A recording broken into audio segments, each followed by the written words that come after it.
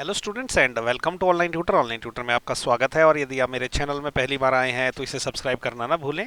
अभी हम करेंगे एक्सरसाइज 8.2 का क्वेश्चन नंबर 3 और क्वेश्चन नंबर 3 में इन्होंने बोला है कि A B C D is a rectangle and P Q R and S are midpoints of the sides A B C C D and D A respectively show that the quadrilateral P Q R S is a rhombus. Okay, तो question समझ लेते हैं पहले। ये क्या बोल रहा है, सबसे बाहर वाला है ना ए बी सी डी, ये एक रेक्टेंगल है। तो ये देखिए मैंने थोड़ा हाईलाइट कर दिया, तो ये जो ब्लू कलर से हाईलाइट हुआ है ये एक रेक्टेंगल है। ओके, तो इसका मतलब जो भी रेक्टेंगल की प्रॉपर्टीज है वो उसके ऊपर पूरी तरह से हम यूज करेंगे इसको सोल्यूशन के लिए। उसके बाद बोले कि पी क्यू आर एस, ये 4 पॉइंट है मिड पॉइंट किसके, पी ए बी का मिड पॉइंट है, क्यू बी सी का मिड पॉइंट है, आर जो है वो सी डी का मिड पॉइंट है और एस जो है वो डी ए का मिड पॉइंट है। ओके, इसके बाद ये बोला कि शो करो कि P Q R S is a rhombus. तो ये हाईलाइट हटा देता हूं मैं।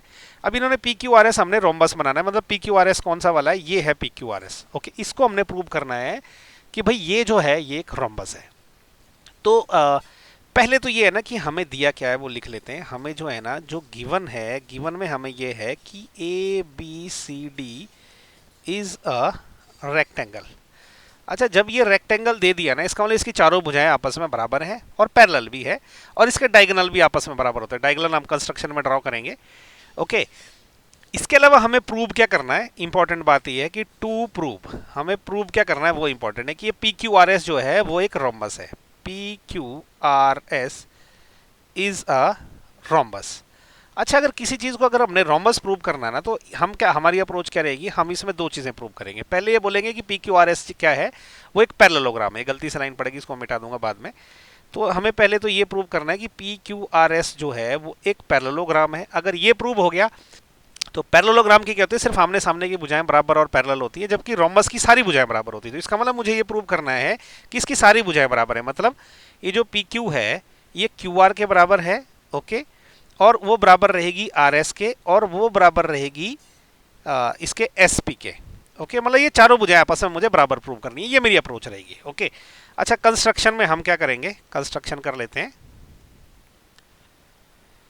कंस्ट्रक्शन हमारा ऐसा रहेगा कि हम क्या करने वाले ना, अभी पहले तो मैं हाईलाइट हटा देता हूं और ये लाइन गलती से पड़ गई, इसको मैं डिलीट कर दूं पहले।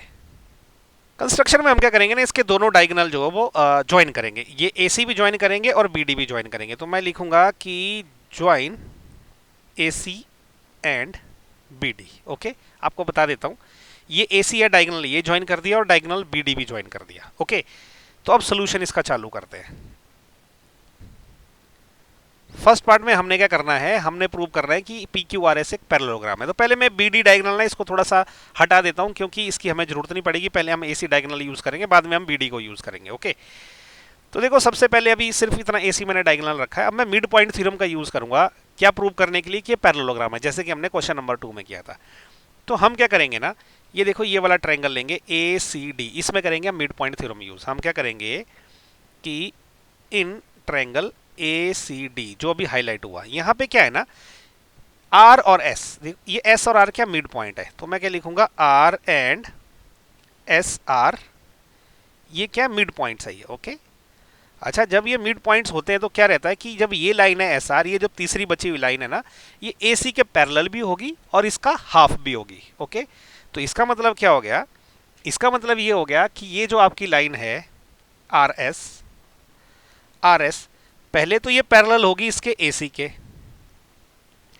और ये क्या रहेगी आर एस, ये हाफ ऑफ ए सी होगी। ठीक है, ये मिड पॉइंट है। तो मैं ब्रैकेट में लिख देता हूं इसको बाय मिड पॉइंट थ्योरम, मैंने शॉर्टकट में लिख दिया by M dot P dot T, by mid point theorem है ये इक्वेशन 1 हो गई।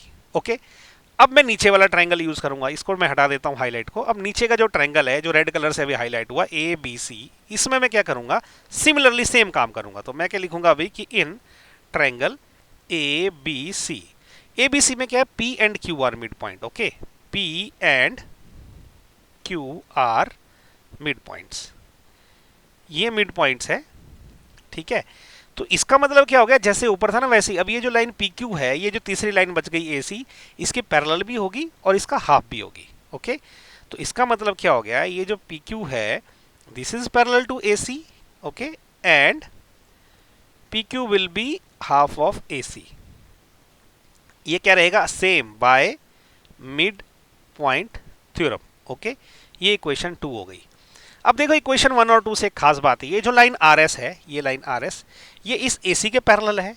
ओके, और इक्वेशन 2 के हिसाब से ये जो लाइन पी क्यू है ये भी ए सी के पैरेलल है। इसका मतलब ये दोनों आपस में भी पैरेलल रहेंगी। तो मैं ऐसा लिख सकता हूं कि फ्रॉम इक्वेशन 1 एंड 2, 1 और 2 से क्या हो गया, 1 और 2 से ये हो गया कि this line P Q is parallel to R S. Okay, P Q is parallel to R S, एक बात ये हो गई। एंड देखो R S half of A C है, पी क्यू भी हाफ ऑफ ए सी है, मतलब ये इन दोनों के राइट हैंड साइड बराबर है। इसका मतलब लेफ्ट हैंड साइड भी बराबर रहेंगे। इसका मतलब क्या हो गया, ये पी क्यू जो है this will be equal to R S. ये इक्वेशन 3 है। ओके, ये पूरी मिला के इक्वेशन 3 है। अब इक्वेशन 3 से क्या हो गया ना कि ये जो पी क्यू आर एस जो है वो एक पैरेललोग्राम हो गया, क्योंकि हमने इसकी क्या की, एक आमने सामने वाली भुजा को बोला ये बराबर भी है और पैरेलल भी है। ओके, तो इसका मतलब ये बोलूंगा मैं कि फ्रॉम इक्वेशन 3, ये जो इक्वेशन 3 है कि फ्रॉम इक्वेशन 3 से क्या हो गया, P Q R S is a parallelogram. ये एक पैरेललोग्राम हो गया। तो देखो हमने इसका फर्स्ट स्टेप जो है वो कंप्लीट कर लिया। अभी हमें नेक्स्ट स्टेप में क्या करना है कि इसकी भुजाएं जो है ना वो आपस में बराबर प्रूव करनी है, इसकी जो quadrilateral P Q R S है। और वो करने के बहुत सारे तरीके हैं। ओके, लेकिन मैं क्या करूंगा, मैं सेम तरीका यूज करूंगा जो कि मैंने अभी यूज किया है, ताकि क्या रहेगा कि आप ये क्वेश्चन करते हुए कंफ्यूज ना हो। ओके, तो अब मैं क्या करने वाला हूं ना, जो अपना डायगोनल बी डी है जो हमने ड्रॉ किया था, जो मैंने अभी हटा दिया, हम उस डायगोनल को अभी लेते हैं। ओके, पहले तो ये हाइलाइट्स में हटा देता हूं, हाइलाइट्स मैंने हटा दिया। अब ये डायगोनल बी डी भी देखो मैं ड्रॉ किया, और ये जो डायगोनल ए सी है ना इसको थोड़ी देर के लिए मैं हटा देता हूं ताकि आपको कुछ कंफ्यूजन ना रहे। ए सी को मैं अभी हटा देता हूं। अभी देखो ये जो डायगोनल मैंने बी डी ड्रॉ किया, अब मैं क्या करूंगा, ये वाला एक ट्रायंगल है ना, ये वाला ट्रायंगल, कौन सा वाला, डी ए बी। ओके, ये वाला ट्रायंगल या ए बी डी बोल सकते हो आप, इसको मैं हाईलाइट कर लेता हूं एक्चुअली। ओके, ये देखो ए बी डी ट्रायंगल में क्या है कि मैं ऐसा लिखूंगा कि in triangle A B D, same mid point theorem के हिसाब से क्या है, पी और एस क्या है, वो मिड पॉइंट है, P and S are midpoints. ये क्या है, ये मिड पॉइंट्स है। ओके, अब क्योंकि ये मिड पॉइंट्स है, इसका मतलब क्या हो जाएगा, मिड पॉइंट थ्योरम यहां पे भी लग जाएगी। मिड पॉइंट थ्योरम के हिसाब से क्या रहेगा, ये जो आपका पी एस है, या इसको मैं एस पी भी बोल सकता हूं। ओके, ये जो एस पी है इट इज पैरेलल टू, ये S P it is parallel to B D, it is parallel to B D, and S P is half of B D. Okay, अब ये पैरेलल टू बी डी मुझे इतना important नहीं है, मेरे लिए important ये ज्यादा है, S P is equal to B D. ठीक है, अब मुझे एक और चीज पता है कि जो रेक्टेंगल होते हैं ना उसके डायगोनल आपस में बराबर होते हैं। ठीक है, तो मैं ऐसा लिख सकता हूं कि but B D is equal to, वो जो हमारी ये वाली लाइन ए सी है वो उसके बराबर रहेगा क्योंकि वो इसका डायगोनल है। तो B D is equal to A C, so B D is equal to A C हो गया। अब ये इसका रीजन लिखना पड़ेगा, हम लिख सकते हैं कि diagonal of rectangles are equal. Okay, diagonals of rectangle are equal. Okay, तो ये हो गया। तो इसका मतलब मैं यहां पे क्या लिख सकता हूं कि मैं इस बी डी की जगह ए सी लिख सकता हूं। ओके, तो इसका मतलब क्या हो गया कि S P is equal to half of A C. Okay, इसको मैं बोल देता हूं इक्वेशन, ये 1 2 3 हो गई, इसको मैं 4 बोल देता हूं। देखो अब इक्वेशन 1 2 और 4 से क्या बन रहा है, ध्यान से देखना। इक्वेशन 1 के हिसाब से R S is equal to half of A C. Okay, R S कौन सी वाली लाइन है आपकी, ये वाली लाइन है आर एस। ओके, इक्वेशन 2 के हिसाब से क्या है, P Q is half of A C. Equation 3 की इक्वेशन 4 के हिसाब से क्या है, S P is half of A C. इसका मतलब आपस में सारे बराबर हैं।